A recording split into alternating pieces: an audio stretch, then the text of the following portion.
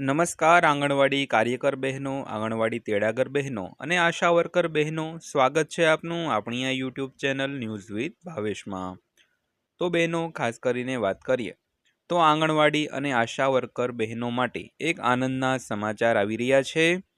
તો આંગણવાડી અને આશા વર્કર બહેનોને લાંબા સમયથી વેતન વધારાની માંગ છે તે હવે પૂરી કરવામાં આવશે।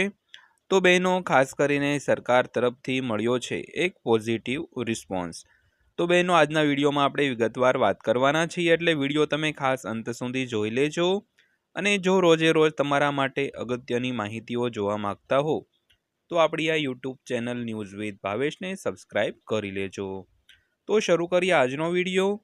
તો માન્યતા પ્રાપ્ત સામાજિક આરોગ્ય કાર્યકરો એટલે કે આશા વર્કરો અને આંગણવાડી કાર્યકરોના પગારનો મુદ્દો ફરી એકવાર ચર્ચામાં આવ્યો છે।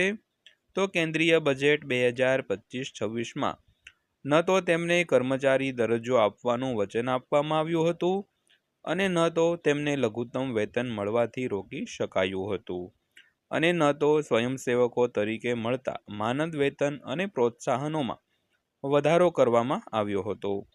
તો આશા અને આંગણવાડી કાર્યકરોને તેમના કાર્ય અને સમય માટે પૂરતું વેતન છે તે મળી રહ્યું નથી, તો જેના કારણે તે બધાનું શોષણ થઈ રહ્યું છે। તેમજ આશા અને આંગણવાડી કાર્યકરો વર્ષોથી કર્મચારી દરજ્જો અને વાજબી વેતનની માંગણી સાથે આંદોલન પણ કરી રહ્યા છે, પરંતુ કેન્દ્ર સરકાર તેમને પણ મંજૂરી આપવાનો ઇનકાર કરે છે। બીજી તરફ રાજ્ય સરકારો દલીલ કરે છે કે તેઓ કેન્દ્ર દ્વારા ભંડોળ પૂરું પાડવામાં આવતા કામદારો છે અને તેથી દરેક કેન્દ્ર સરકારે તેમની માંગણીઓ પર નિર્ણય લેવો જોઈએ।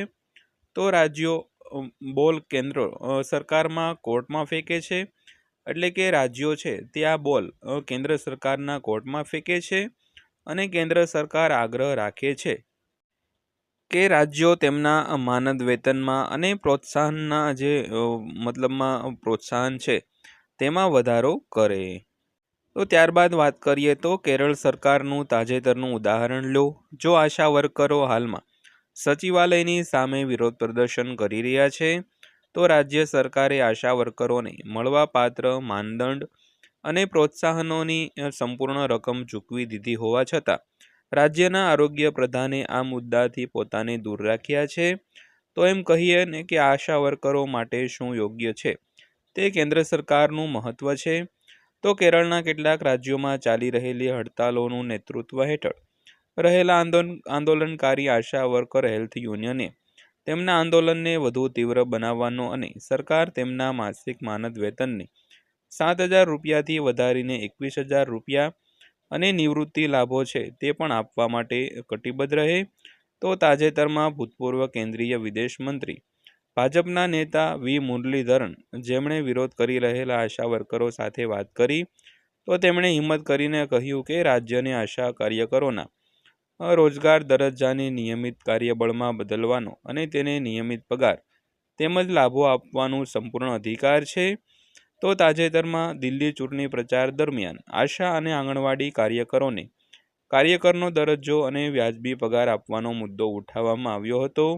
તો દિલ્હીમાં અકુશળ કામદારો માટે લઘુત્તમ વેતન 18,066 રૂપિયા પ્રતિ માસ છે। તો દિલ્હીમાં આશા અને આંગણવાડી કાર્યકરોને આ લઘુત્તમ વેતનથી પણ વંચિત રાખવામાં આવે છે। તો રાજ્યના પ્રયાસો ફક્ત શક્તિ પ્રદર્શન માટેના છે।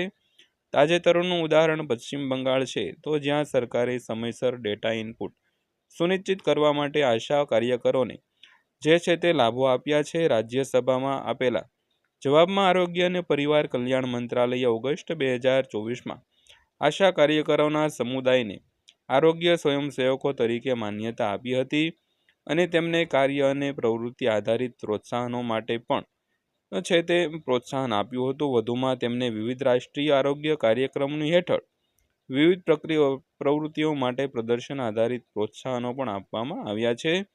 તો રાજ્યો અને કેન્દ્રશાસિત પ્રદેશોને તેમના કાર્યકરણ અમલીકરણ યોજનાઓ માટે આશા વર્કરોને વિવિધ નાણાકીય પ્રોત્સાહનો પ્રદાન કરવાની સુગમતા પણ આપવામાં આવી છે। તો ત્યારબાદ વાત કરીએ તો આયુષ્યમાન આરોગ્ય મંદિરના કાર્યાન્વયન સાથે આયુષ્યમાન ભારત યોજના શરૂ થયા પછી આશા વર્કરો હવે દેખરેખ હેઠળના પ્રદર્શન સૂચકાંકો પર આધારિત હોય છે. તો રાષ્ટ્રીય આરોગ્ય મિશન હેઠળ ભારત સરકારે રાજ્યો કેન્દ્રશાસિત પ્રદેશોને તેમની જરૂરિયાતોને આધારે તેમના એકંદર સંસાધન કવરમાં તેમના કાર્યક્રમ અમલીકરણ યોજનાઓ દ્વારા તેમની આરોગ્ય પ્રણાલીઓને વધુ મજબૂત બનાવવા માટે નાણાકીય અને તકનીકી સહાય પૂરી પાડી છે. તો એ નોંધનીય છે કે રાષ્ટ્રીય આરોગ્ય મિશન એક કેન્દ્રશાસિત પ્રાયોજિત યોજના છે. તો જેમાં 8 ઉત્તર પૂર્વીય રાજ્યો અને 3 હિમાલય રાજ્યો કેન્દ્રશાસિત પ્રદેશો તો વાત કરીએ તો આ સિવાયના તમામ રાજ્યો માટે 60:40ની કેન્દ્ર રાજ્ય ભંડોળ પેટર્ન છે. તો હિમાચલ પ્રદેશ, ઉત્તરાખંડ અને જમ્મુ કાશ્મીરમાં ભંડોળ પેટર્ન 90:10 છે. તો વિધાનસભાઓ વિનાના કેન્દ્રશાસિત પ્રદેશોમાં આ યોજના છે તે 100% કેન્દ્ર દ્વારા ભંડોળ આપવામાં આવે છે. તો આરોગ્ય માનવ સંસાધન સંબંધિત તમામ વહીવટી અને કર્મચારીઓની બાબતોને રાજ્ય સંબંધિત કેન્દ્રશાસિત સરકારો દ્વારા નિર્ભર હોય છે. તો રાજ્ય અને કેન્દ્રશાસિત પ્રદેશો દ્વારા તરફથી મળેલા પ્રતિસાદના આધારે આશા વિરોધની વિગતો રાજ્ય સ્તરની બેઠકો અને રાષ્ટ્રીય કાર્યક્રમ સંકલન સમિતિની બેઠકોમાં ચર્ચામાં આવી છે. મિત્રો, તો આશા વર્કરને ₹500થી 10,000 સુધીના ભંડોળ પૂરા પાડે છે. તો આ પણ ચિંતાનો વિષય છે, ખાસ કરીને કારણ કે ભાવ વધારા અને ફુગાવા માટે સમાયોજિત માનદ વેતનનું વાસ્તવિક મૂલ્ય નોંધપાત્ર રીતે ઘટ્યું છે. તો આ હતી આજની માહિતી, જે આંગણવાડી કાર્યકરો આશા વર્કર બહેનો માટે અગત્યની હતી. તો વિડીયો પસંદ આવ્યો હોય તો વિડીયોને એક લાઈક કરી દેજો.